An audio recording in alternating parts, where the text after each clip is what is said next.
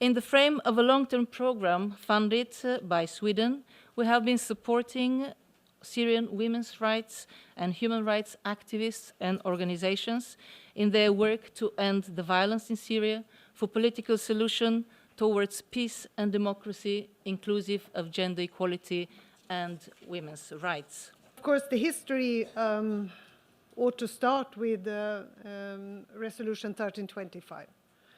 And although it's 17 years since that resolution was passed, we still see that the implementation is lagging behind. First of all, make sure that you get a role at the center of the process. And if it is not given, then take it yourselves. When women are to be represented in a process like this, it's in a parallel structure.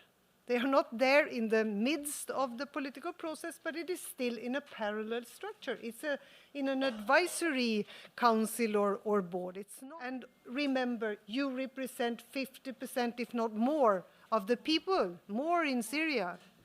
The future has a young face, and I would say also a woman's face or a young girl's face in many countries. Of course, this will benefit also the men and the boys. I want to mention the story that's happening right now in Homs, in Al-Wa'ar, where about 16,000 civilians are being displaced in Syria.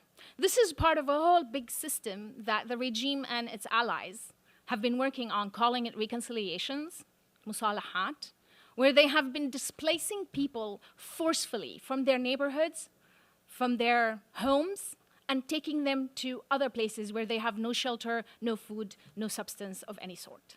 The international community is not doing much for those people. Women are working very hard within civil society, on the ground, to document all of the violations, to work on the release of prisoners, to push for accountability. One of the things that was done, according to 1325, with the support of the 1325 resolution, is demanding the full and meaningful participation of women in all of the talks, and to be part of all of the creation of all of the bodies, to have at least 30% quota. There has to be something done by the UN under the impartial leadership of the UN to create mechanisms on the ground to hold the ceasefire. There is no more ceasefire on the ground without having a monitoring mechanism. The perpetrators of the violations of the ceasefire that was agreed upon in December 2016 cannot be monitored by the perpetrators themselves. It's well known that we were ruled as a Syrian more than 40 years under the emergency law. Emergency law means that everything is forbidden.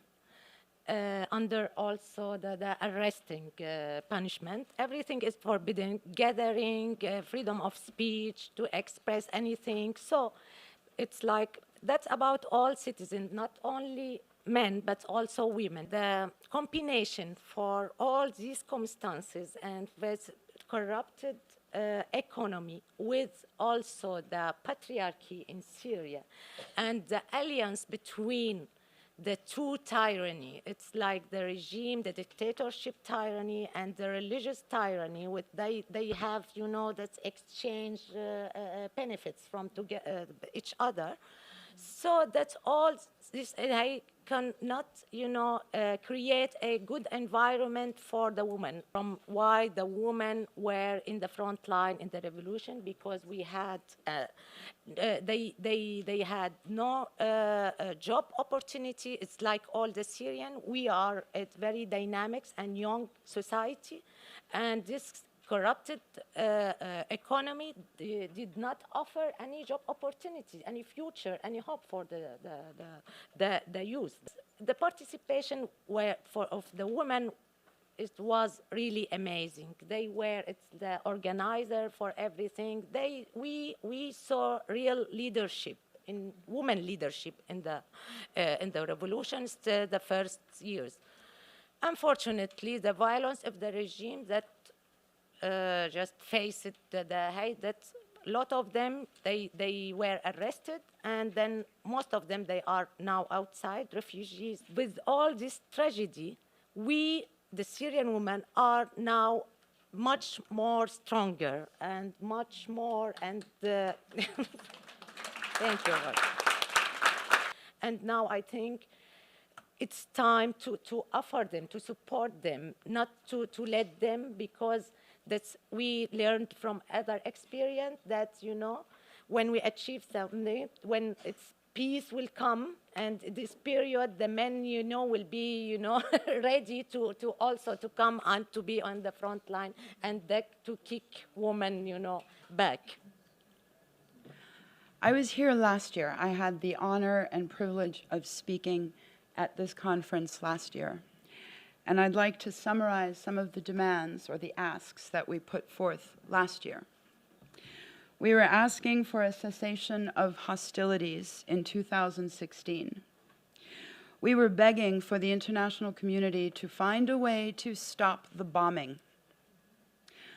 We were pleading with international actors to put an end to the regime's starvation sieges. We asked the international community to take a public stand against extrajudicial courts. We were begging to have war criminals held accountable by any means. We were asking to be supported in the formation of a transitional government. We asked for sustainable relief programs so that it wasn't 1,000 refugees here and 10 displaced here, but something that would cover the more than 50% of Syria's population that is displaced or refugeed. We asked to increase the participation of women in negotiations. And we asked for civilian protection across the country. That was in 2016. In 2015, let me summarize our demands, or our asks. A cessation of hostilities, stop the killing. A public stand against torture and crimes against humanity, hold them accountable. Form a transitional government, sustainable relief, role of women in negotiations, and civilian protection. That was in 2015. Can you guess what we asked for in 2014 and 2013 and 2012? We're not just mothers and daughters and sisters. We're engineers, we're teachers, we're doctors, we're lawyers. We are the rebuilders of Syria, and this has to be taken into consideration. I want to ask the international community, what are you able to do to stop the killing? And my second ask, and this can be, the response can be in the form of a list. My second ask is, what are you willing to do to stop the killing? I think that one message that was very clearly made by Minister Wallström, and it was very simple. More women equals more peace. And this is what here in the United Nations we try to do. Actually to support, to encourage women to participate, but especially, you know, to make men understand that it is actually better for the world, better for the peace processes, better for the future. So I think that it is important to speak about it as much as you can and in as many fora as you can, in order to make this message to be understood that world must do more.